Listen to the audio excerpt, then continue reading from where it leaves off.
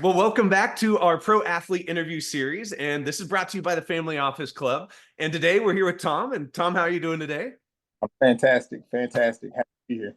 Well, thank you for making the time. And as you probably know from some of our live events, we have about 75,000 registered investors. Well, about 7,500 actually, but we've hosted events all over the world for the last 17 years and have 12 million social media followers. And what we've been doing is at these live events, we've had pro athletes on stage, we've had doctors, private investors, billionaires, and we decided to go deep and actually see what it takes to become a top 1% performer. And we thought, how better to do that than invite someone like yourself to sort of come here and tell us about your mindset, investments that you're working on, visualization practices, affirmations, discipline, and not just things that maybe you're interested in, but things that you're actually doing. And so that's why we wanted to bring you here to sort of hear sort of naturally, practically from you what you're currently doing and sort of how best to sort of put those things into practice ourselves and for our listeners. Absolutely, absolutely. So I appreciate the intro. So Tom Clayton, former NFL athlete. I played for 7 years from 2007 to 2013. I Mm-hmm. was the San Francisco 49ers back in 2007.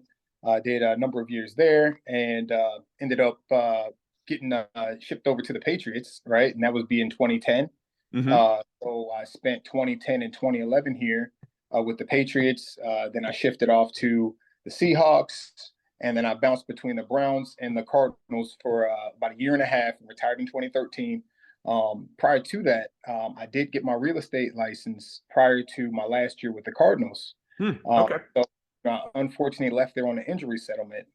But that said, I'd already put in about 7 years. I'm like, you know what? I think it's time for chapter two, right? It's the next thing, right? So Mm-hmm. I had gotten the real estate license and was very happy with, being able to achieve my dream, being a pro athlete, fulfilling that, doing that for a number of years, playing with, the best players you could think of, the Tom Brady's of the world, Rob Gronkowski, Marshawn, like you name it. Like I played with those guys. Those are my guys, right? So I literally fulfilled that portion, was then ready to step into, how could I be an asset to the community? Mm-hmm. Didn't necessarily realize it was going to be at the capacity that it became in real estate, but I did know that I wanted to have an impact and I had gotten this real estate license. So I was like, let's travel down this path. So ended up, obviously reading books and just trying to acquaint myself with the field.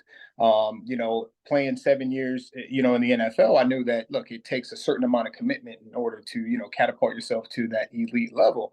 Mm-hmm. And I was totally into doing whatever was necessary. So again, reading the books, going online, just kind of trying to teach myself. And at this time in 2013, the real estate market was not very much determined as I could be a best way of classifying it, right? And some areas are more depressed than others. Some were beginning to thrive, but it was a really good time to learn a new craft because it gave me a little bit of space to make some mistakes and then kind of learn my way.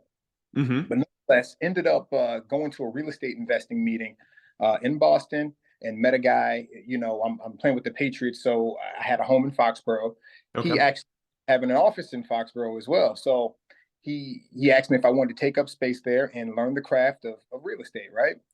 And so went into his office, kind of started learning the lingo there, and within a couple of weeks, I had gotten my first opportunity at a project. Again, I had been reading books, I had been doing some studying online, but obviously, didn't necessarily know the ins and outs until you get involved. So Yeah. anyhow, into it, had no prior experience, but had the grit and the grind to learn it as I went. And to sum it up, we knocked out that first project. Kind of took us a long time, but learned the value of leverage right after that. And then so we took the proceeds from that, bought three projects turned to 10, 10 turned to 20, 20 to 50, 100, and so on. And then so it's just really started to scale, and the craft's been honed in. And so I'm now at a point where I'll be happy to start sharing my real estate knowledge and also how I was able to achieve success in an additional field after my prior. No, I love that. And I think that's sort of why we want to do these interviews is to just not only find out why you're successful then, but obviously you're able to be successful in a whole nother space now too. And so it's something where one time, maybe it's luck, but when you're doing it time and Sure. time again, it's things that you're doing. It's not just things that happen to you. And so that's why, we want to learn from you. And so that's why we have a couple questions here for you. And I All right. guess one of them, and it could have changed. It could change from what you did back in the sports time versus what you're doing now in real estate. But what visualization or affirmation or goal setting rituals or strategies are you using to get you to be in that top 1%? Are you, is that something that's changed over time, or what are you practically doing right now? Yeah, I mean, I'd say my prep, prior to, the NFL was a lot different than what it was post NFL. So I really had a significant transformation after I retired from the NFL. And, my ways of being, my ways of thinking, and the way of operating, like, did a complete 180, right? Like, literally Okay. trans. And so because of that, like, all of, what I do today was started, immediately after I retired. Like, I just shifted into a whole nother gear. So I'm a heavy meditator, right? Okay. Multiple times per day, Mm. right? So I'm really going within, really having that inner connection. And, I really feel like that sets my day, but also too sets my trajectory. So I'm heavily into the meditation. I have several affirmations, that I continuously, have just on repeat within myself, or either listen to, through my headset. So it's like a full lifelong commitment to my, to my new craft and my new way of being. So I'm completely invested in that. So those are two things that I could say for sure is the meditating, the visualization, things like that. Like, those are, the two things that I hold dearest, things that I do the most frequent, and I feel like have the most impact on, my career, as it stands today. So can you talk us, I mean, can you walk us through, I guess, what you currently do for those meditation practices? Is Sure. it something just to calm your own mind? Are you focused on those goals, or what do you do that Sure. you found works for you? Yeah, so it's a combination of the two. So I do it immediately when I wake up, Okay. in the morning. And then I'll also do one at night for sure, though those are fixed. And then, Mhm. if I have the opportunity in the middle of the day, if I, want to just kind of release or just go within, I'll even do a meditation then. And so what that really is just me, sitting down in a quiet place. Honestly, it's the same place. I've got a number of places in my house, so they do vary, but they are the same spot every single time. Okay. And really just silencing the mind, right? And then, there's a point where I feel like I access just like that higher mind portion of the Hmm. meditation. And then from there, then I can start like directing, or first and foremost, I like to rehearse the day. So I'll review the day, right? I'll make corrections to the day, right? If there were some things that maybe could have gone different, maybe, or I could have responded better, I make those corrections then, right? And then so I Hmm. put that into my subconscious, and then from there I'm able to, perceive it as if it were corrected already. And then so that's been very helpful as well. So the revision first, and then from revision, then I kind of go into like what I call like targeting. So like there's certain things that are trajectories or areas that I'm seeking, right? So then I'm Hmm. thinking of those things, and then by having that feeling of them while I'm in my meditation kind of makes the way. So there's like a path that is then made, what's called the bridge of incidents. There's a favorite author of mine, Neville Goddard, who speaks about the bridge of incidents. But what it is once you attach to it in the inner world, right? Then there's a Hmm. path that's made in the outer world, but you have to navigate the path, and navigating the path is based on your vibration, right? Hmm. So if you're a high vibrational person, then you'll have these higher vibrational interactions as you trek through the path. So, again, so doing all this, multiple times today, you can imagine, really, really gets the juices flowing. So I'm all about that. And I would say for sure that those three things there really are extremely impactful for me. Okay. I love that. And how about what's like a $1 million lesson that you've learned as a pro athlete that you can implement that sort of helps you get into this beast mode outside of sports? And obviously, you started doing that while you still were in sports, where you're setting yourself up for Yeah, man. success by sort of like, all right, what is my future after this? And maybe Sure. that came through with meditation, or maybe talked with your wife, or what you wanted for your own family. But what's like that $1 million lesson that you've learned or that you put into practice? Have a plan and be more than willing to, go beyond, like making the extraordinary ordinary, right? Like, Mm. I think, as far as, things that I saw while playing in the NFL, again, playing with Tom Brady, I think his prep is second to no one, right? And obviously it shows with the Super Bowls. Again, played with the two legitimate beast modes, Gronkowski and Marshawn Lynch, right? And one Hmm. thing I remember about Marshawn is he would go out early, he would do footwork drills, he would do things that just kept him just like an inch above, right? And Hmm. that really stuck out to me. Gronkowski, those guys would be out after practice catching balls out of the machine, or catching them with Tom, right? Like, just putting in that extra. So when I transitioned, I was willing to do whatever, right? And that meant, hanging 1,000 bandit signs, or sending out 1,000 postcards, like just that true commitment, right? And I think Hmm. when you do that, you get that momentum. And then once that momentum gets going, then that's when you get into the zone, as they call it, because, now things slow down, right? Because the momentum is in your favor. And so I think preparation is really what gets that going. And I learned it from the best, and I actually utilize it in my day to day now, in my second life or my new career. And it works beyond magic. It's like, this is the way, right? Preparation. I love that. And so what's something that you're doing right now, I guess? Like what's something that you're sort of putting into practice? You're like, all right, I'm not going to make the same mistake again. And this is, maybe it's more than 1 million at the rate Sure. and scale that you're doing. Like, what are you putting into practice now as you're revising some of those past actions? No, no, absolutely. So, I mean, I'd say a past action, that has been impactful for me in my new life, right, is, you know, honestly, not taking the extra steps then, where now it's commonplace for me to take those extra steps. A lot of, in my younger years, relying on your talent and not also knowing that there's more to being successful than just your talent, right? So, Mm-hmm.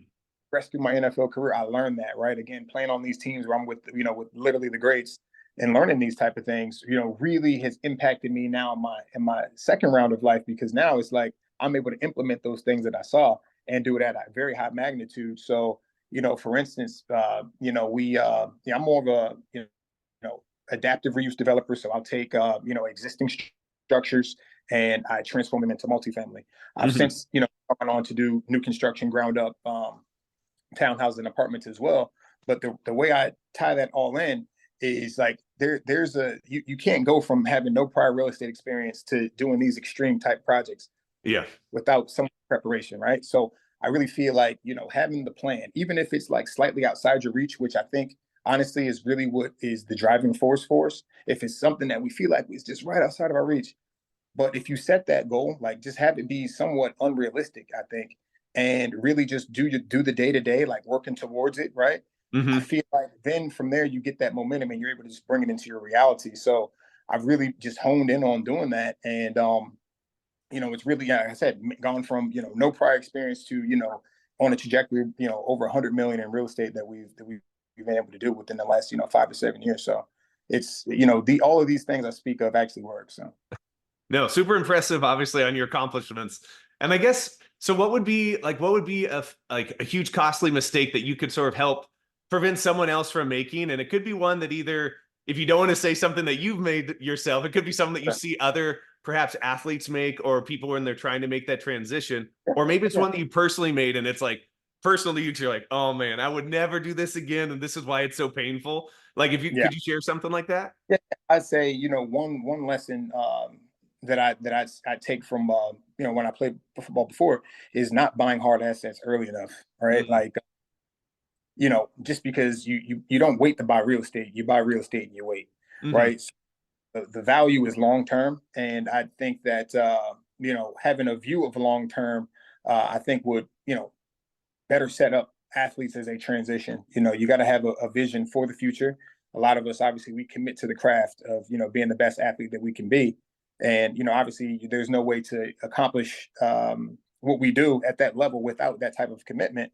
But there's also, too, having that element of knowing that there's more to, life than just being an athlete. And so Mm-hmm. start there, I think, is the key piece. So I would just say, I've seen the lack of preparation. I'd say I was somewhat prepared just because I was, thinking about life after football. But I've seen it. I have guys that I still communicate with that, have somewhat sputtered out of their transition. I've seen others that thrive out of it, right? And I think a lot of it has to do with that preparation and naturally being around a certain tribe that elevates you and things of that nature. Like Mm-hmm. naturally that would bring you up and whatnot. But I think having that plan and again, buying hard assets and things that will set you up for the future would be words of wisdom not shared to guys that are in that phase of transition. And how, I guess for yourself, like how did you find that tribe to surround yourself in? And just as you went to that real estate conference and you met that Yeah, contact and you got that first in, like what would yeah. you suggest if, let's say, all right, I know I'm still gonna be playing for another year, maybe another 5 years. I'm looking at maybe this, I'm interested maybe in this. Like, how do you build that tribe around yourself that you can trust, rely on, and sort of build your future That's off of? being authentic, right? Mm-hmm. You're authentic. You track that tribe. And so that kind of goes into my meditation as well, right? Like I'm meditating on just that, not so much, meeting a specific person, but just meeting the person that's in vibration with, my progression, and then having all those pieces just come into place just, naturally, And that's really what my meditation is about as well. So I'd lean on that, right? I'd say, being able to have that understanding when I'm meditating does allow it to play out in the physical world. So I think Mhm. having a connection and really again having a plan, I think is really how you bring things about. Yeah, no, it makes sense. And I think it kind of brings us to our last question too. And I feel like you've already touched on this a lot of sort of like, how did you become in that top 1%, right? How did you run circles around those while you were an athlete, while you're in the professional space? And we've talked about meditation, Yep. mindset, that preparation, finding the tribe to surround yourselves with.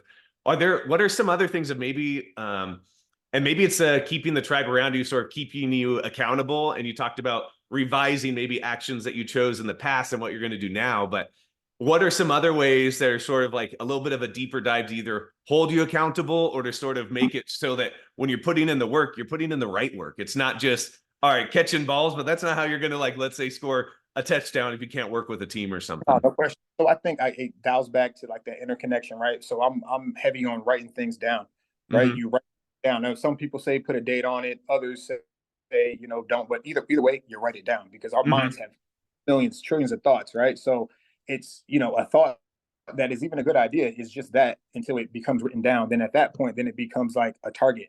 And Mm-hmm. once it's a target, then you can kind of build a pathway to achieving it, right? So heavy on the on that element, really connecting from the inside on it. um but give me that question one more time. I'm sorry. No, I mean, it's just more of like, yeah. And once again, it might be that writing down, like, how are you practically putting these things into practice so you Yeah. are running circles around those? And you've talked about it a lot, I think, on what you personally do. So you might have already covered it on a few of those things, but in case you had anything to add of sort of how No, you're no. running those circles around others to get Yeah. into that beast mode and get in that top 1%. No question. So writing it down, obviously, right? You're building a pipeline to it. Outside of that is, working around people that are, on the same page as you, right? So I've gone through, I'm in construction, right? So I've gone through a number of contractors, right? But the ones that have stuck and the ones that are, a part of the growth are the ones that are in vibration with me, right? Like, like I know what the expectations from them, and likewise, I know what they're going to do, and likewise. So when you're in vibration with someone, it's a little easier to stay connected with them and continue to work with them. So I would say that, just having a connection with those that are around you. I think that's big. Um, Also too, I actually work with my wife, right? So Mm-hmm. that's something else that's quite special. So having that ability to bounce ideas off someone who actually knows what's going on, right? Like you're on the same page, and working together. So that I think that's a huge addition as well. Having someone in your household or someone really close to you that is in the know with what's going on with your day to day. Yeah, and obviously, I mean, I'm sure you vibe with her very well. So, how do you Sure. guys, like, on the business side and professional side and personal side, like, how do you two actually work together? Because sometimes it is rare to work with your partner as you're working Sure. on these business side of things. So, when you guys are planning or trying to like see what the future holds for you and your family and your business, what do you Yeah. practically do? Like, what works for you? What have you found that works? You know what though, roles, right? Like she's got specific roles and tasks, and so do I, right? And Mm-hmm. then trust that each of us is going to take, do our job, as Bill Belichick would say, do your job. So Mm-hmm. each we do our job, right? And we trust that our job is being done by the other. And so that gives a sense of relief in knowing that, hey, I don't need to be concerned about X, Y, and Z because I know those are being thoroughly taken care of. I'll put all my energy and focus on these items, right? And do my part. And then that way collectively we're making tremendous progress. Mm-hmm. And it's worked that way for 10 years, right? That's So great. yeah, yeah. So I'd say that, right? Just having the roles and knowing when to delegate and then knowing when to, do something yourself. That's all a part of being a business owner, right? And knowing what tasks are your highest and best use. And I think that we've had a good balance of that, and I think that that's allowed us to, obviously be successful. I love that. How about this last question? What are you looking to put in practice this year? Like, what are your goals? What are you trying to achieve? And whether this happens or shifts, that's totally a-okay. But what's your Sure. current goal right now? Yeah, so for 2024, our target is, over 100 million, and Mhm. really we're right there at the on the threshold, and I believe it'll be achieved before the end of the year, but that is for 2024. Love it. Hey, Yeah. I hope you surpass it. Thank you so Absolutely. much, Tom. I mean, loved having you on here. And once again, if you have anything you want to add, I mean, we can definitely follow up and stuff after. But thank you for taking the time, and thank you for sharing a bit of your family with us. And it's much appreciated. My pleasure. I was happy to be a part of this, and look forward to chatting with you soon. Thanks so much. All right, you got it.